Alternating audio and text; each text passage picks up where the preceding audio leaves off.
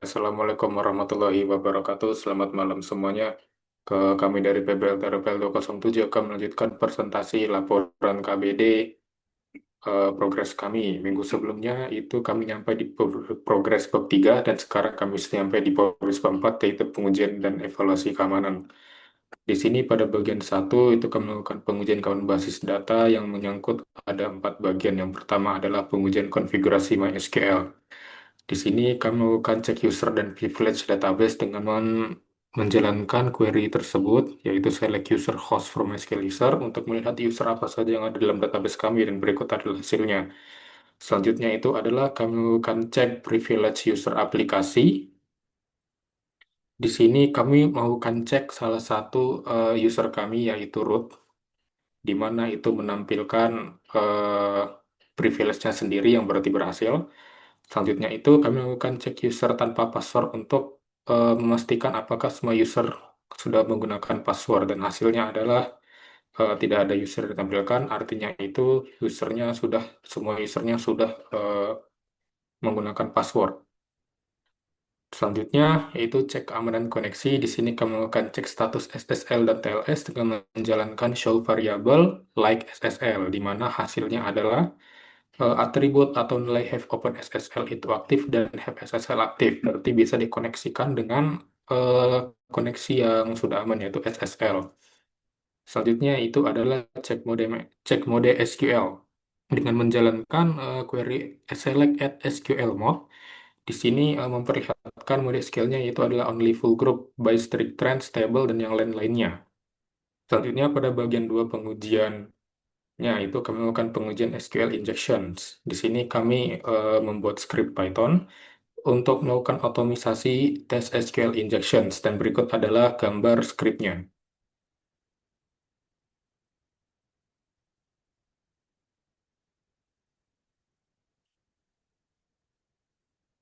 Nah, itu payload yang diuji adalah basic QR injection. Berikut adalah perintahnya, comment injections, unit injections, truth table injections, string injections, dan stated query injections.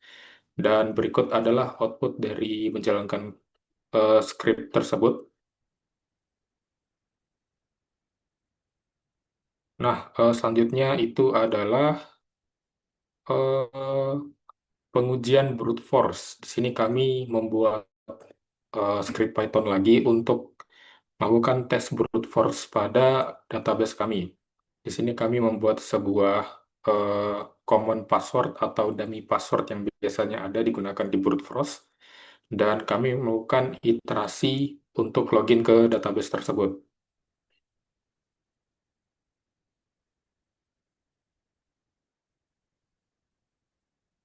Nah, fiturnya itu adalah mencoba 15 password umum, yaitu password 123 dan yang lain-lainnya, mengukur respon time setiap percobaan, mendeteksi rate limiting otomatis, dan tabel lengkap hasil percobaan. Berikut adalah output script dari Python yang telah dibuat. Selanjutnya itu tes terakhir yang kami lakukan adalah tes pengujian role misuse. Kami juga membuat script untuk melakukan pengujian ini dan berikut adalah gambar scriptnya.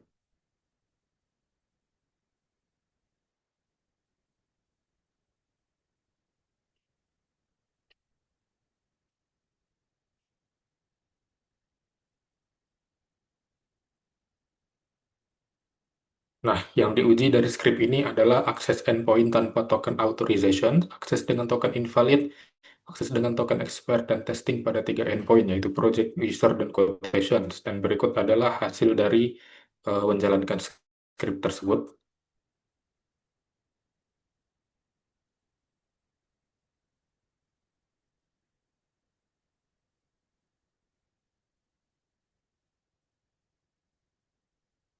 Dan itu saja untuk bagian pengujian. Selanjutnya itu adalah bagian pengujian API Security yang akan dijelaskan oleh Feni. Baik, selanjutnya adalah pengujian API Security. Pada pengujian ini itu dilakukan dengan menggunakan API Security Testing dengan bantuan script test API Security.py. Berikut ini adalah isi dari skripnya.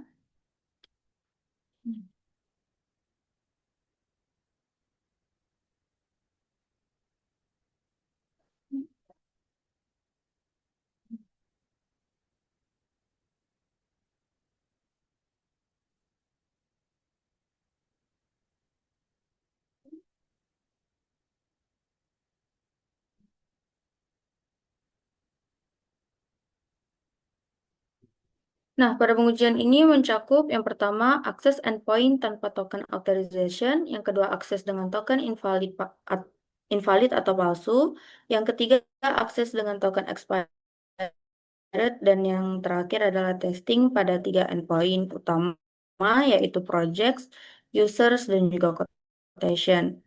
Dan dengan fitur yang diterapkan, yang pertama adalah rate limiting test, yaitu pengiriman 50 request dalam waktu singkat. Yang kedua, melakukan EDOR test dengan mencoba mengakses data quotation menggunakan ID yang berbeda. Yang ketiga, parameter manipulation, yaitu mencoba 6 jenis input berbahaya. Dan yang terakhir adalah concurrent access test dengan 20 request yang dikirim secara bersamaan. Berikut ini adalah output yang diterima.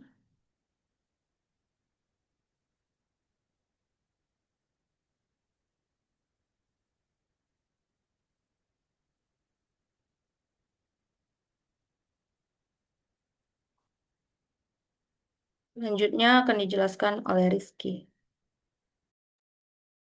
Baik, selanjutnya untuk hasil analisis log, yang pertama ada error log.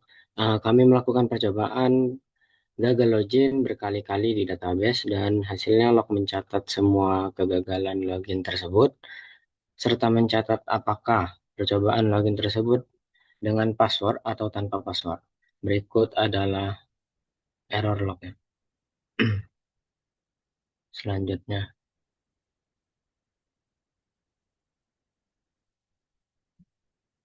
selanjutnya.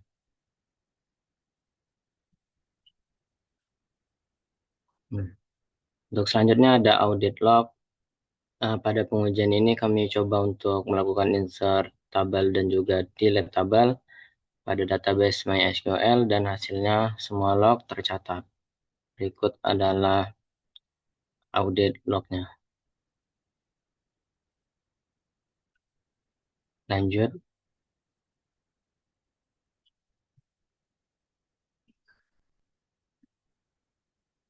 untuk yang terakhir ada slow query log.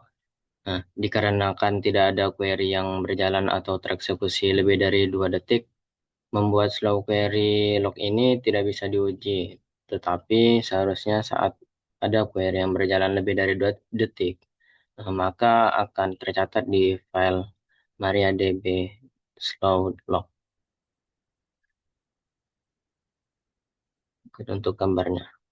Untuk materi berikutnya akan disampaikan oleh rekan saya.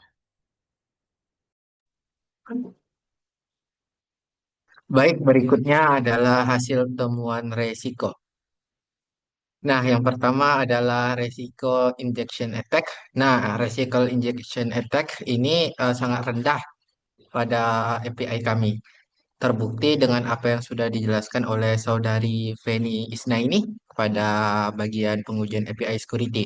Bahwasannya API kami tidak mengalami resiko injection attack. Begitu juga untuk Laravel seperti pada gambar. Oke, di bagian selanjutnya, di bagian B, terdapat resiko broken authentication ataupun access control. Maksud dari resiko ini adalah middleware autentikasi ataupun otorisasi pada Laravel dan Flash. Ya, pembagian role dan permissionnya berjalan sesuai fungsinya. Maksud saya pembagian role dan permission berjalan tidak semestinya. Maksudnya ialah role tidak seharusnya memiliki permission tertentu. Nah, ini seperti yang sudah dijelaskan pada bab 2, bab 3 kemarin, bahwa user kami sudah uh, mengatasi resiko broken authentication. Ini screenshotan implementasi kemarin. Mungkin bisa selanjutnya. Eh, pada bagian C, resiko data breach. Kami tidak menemukan kebocoran data pada endpoint endpoint blueprint kami. Endpoint sensitif telah dilindungi oleh JWT seperti mana yang sudah dijelaskan oleh Mbak Feni Isnaini tadi pada keamanan API di atas tadi. Lalu resiko malware atau ransomware, kami juga tidak menemukan aktivitas mencurigakan pada sistem. Namun database tentunya masih tetap beresiko jika server tidak dikonfigurasi dengan aman. Eh, Seperti yang sudah dijelaskan pada bab sebelumnya, kami belum menerapkan TLS dan sejenisnya karena kami masih tahap produksi. Lalu resiko insider threat. Kami tidak menemukan juga potensial atau tindakan bahaya dari pengguna internal. Karena pengguna internal sendiri itu hanya satu user, yaitu Silo saja. Tidak ada pengguna-pengguna database lainnya. Begitu juga untuk pengguna dalam aplikasinya sendiri. Lalu selanjutnya ada resiko weak cryptography. Password disimpan dengan menggunakan metode bytecrypt hashing dan JWT menggunakan secret key yang sudah memadai. Bytecrypt ini adalah bytecrypt yang digunakan oleh Laravel sehingga di Flash kami menggunakan bytecrypt juga. Lalu yang selanjutnya resiko insecure data handling. Kami juga tidak menemukan data sensitif pada log aplikasi maupun error output. Namun ada potensi yang mungkin akan kami temukan pada log ini. Namun sebagaimana log yang sudah kami gunakan, kami tidak masih belum menemukan potensi resiko insecure data handling terjadi. Lalu resiko third party dependency. Dependensi framework ataupun library pada versi yang kami gunakan sudah stabil dan tidak ditemukan kerentanan aktif. Selanjutnya, framework yang kami gunakan adalah Laravel dan Flash punya Python. Lalu resiko data inventory dan manajemen data yang buruk. Kami juga tidak menemukan data sisa atau duplikasi kritis pada database. Resiko non-compliance data privasi juga sangat rendah. Tidak ditemukan pelanggaran perlindungan data pribadi. Jadi data-data yang cukup pribadi seperti email, password sudah dienkripsi. Bahkan kolom pada tabel kwitansi ataupun resep sudah kami enkripsi yang menyebutkan nominal. Baik, itu saja. Selanjutnya akan dijelaskan oleh Saudara Erik Marcelino. Baik, selanjutnya mitigasi dan rekomendasi. Mitigasi pertama itu ada mitigasi injection attack. Injection attack terjadi ketika penyerang menyisipkan perintah berbahaya ke dalam input aplikasi. Nah, untuk rekomendasi mitigasi ini sendiri, yang pertama ada validasi dan sanitasi input. Selanjutnya penggunaan parameterized queries atau prepare statements. Ketiga, menghindari dynamic SQL. Dan yang keempat, implementasi web application firewall. Lalu yang kedua ada mitigasi broken authentication atau access control. Nah, resiko ini muncul ketika proses autentikasi dan kontrol akses tidak dapat diterapkan secara konsisten atau aman. Nah, rekomendasi mitigasinya sendiri itu ada autentikasi lebih kuat, lalu pengelolaan session yang terorganisir, verifikasi hak akses di setiap fungsi, pembatasan percobaan login, audit akses berkala, dan kebijakan kata sandi. Yang ketiga, mitigasi data breaches. Data breaches terjadi ketika informasi sensitif diakses atau dicuri oleh pihak yang tidak berwenang. Nah, hal ini biasanya disebabkan oleh kelemahan sistem keamanan. Untuk rekomendasi mitigasinya sendiri itu ada enkripsi data sensitif, kontrol akses yang ketat, monitoring dan deteksi dini, patch dan pembaruan sistem.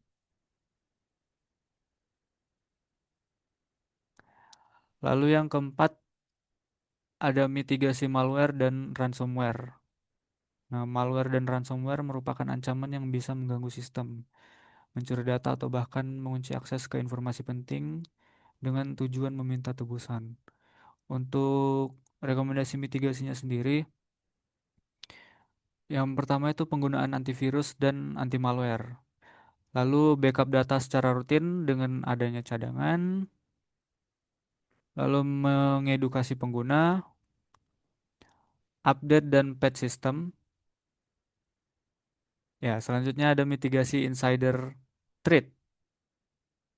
Insider threat muncul ketika ancaman berasal dari orang dalam organisasi, baik karena kelalaian, kesalahan, atau bahkan niat jahat.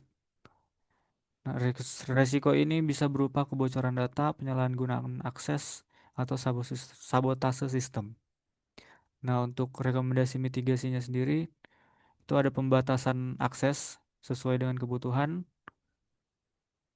dan juga audit dan pemantauan aktivitas.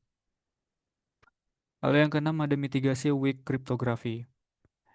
Weak cryptography terjadi ketika sistem menggunakan algoritma enkripsi yang sudah usang atau lemah, sehingga data sensitif bisa lebih mudah dibobol. Untuk rekomendasi mitigasinya sendiri itu ada menggunakan algoritma modern, lalu manajemen kunci enkripsi, lalu implementasi protokol yang aman, dan edukasi tim teknis. Selanjutnya, mitigasi insecure data handling. Insecure data handling terjadi ketika data sensitif tidak dikelola dengan benar. Misalnya disimpan tanpa perlindungan, dibagikan sembarangan, atau diproses dengan cara yang tidak aman. Nah, untuk mitigasinya sendiri, untuk rekomendasi mitigasinya ada penerapan sistem standar penyimpanan yang aman, pengaturan hak akses yang jelas, penghapusan data yang tidak diperlukan, dan yang terakhir penggunaan protokol komunikasi yang terlindungi. Selanjutnya ada mitigasi third party dependency. Third party dependency muncul ketika sistem atau aplikasi bergantung pada layanan perangkat lunak atau komponen dari pihak ketiga.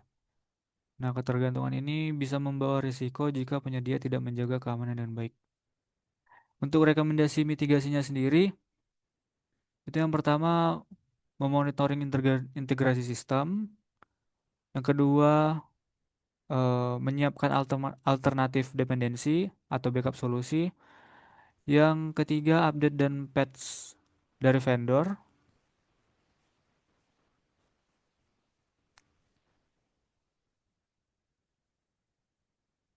ya lanjut yang kesembilan mitigasi data inventory dan manajemen data buruk. Nah, masalah ini terjadi ketika organisasi tidak memiliki peta yang jelas mengenai data apa yang dimiliki, di mana lokasinya, dan seberapa sensitif sifatnya. Nah, untuk rekomendasi mitigasinya sendiri, yang pertama inventarisasi aset data secara menyeluruh, klasifikasi data, kebijakan retensi dan pemusnahan data, pengendalian shadow data, dan penunjukan pemilik data. Lalu yang terakhir ada resiko non-compliance data privacy. Resiko ini muncul ketika organisasi tidak sepenuhnya mematuhi regulasi atau kebijakan terkait perlindungan data pribadi. Nah, untuk rekomendasi mitigasinya sendiri, yang pertama membuat regulasi yang relevan, membuat dokumentasi kebijakan internal, dan yang terakhir review berkala proses. Oke, baik, sekian dari saya kembalikan ke Wasin. Baik, itu saja presentasi laporan KPD keempat kami minggu ini. Untuk informasi saja, di sini tim kami berjumlah 5 yang awal yang sebenarnya itu berjumlah 6. Anggota kami yang dengan nama Vito Desta Fabiansa tidak bisa hadir karena ada halangan. Itu saja. Wassalamualaikum warahmatullahi wabarakatuh. Selamat malam.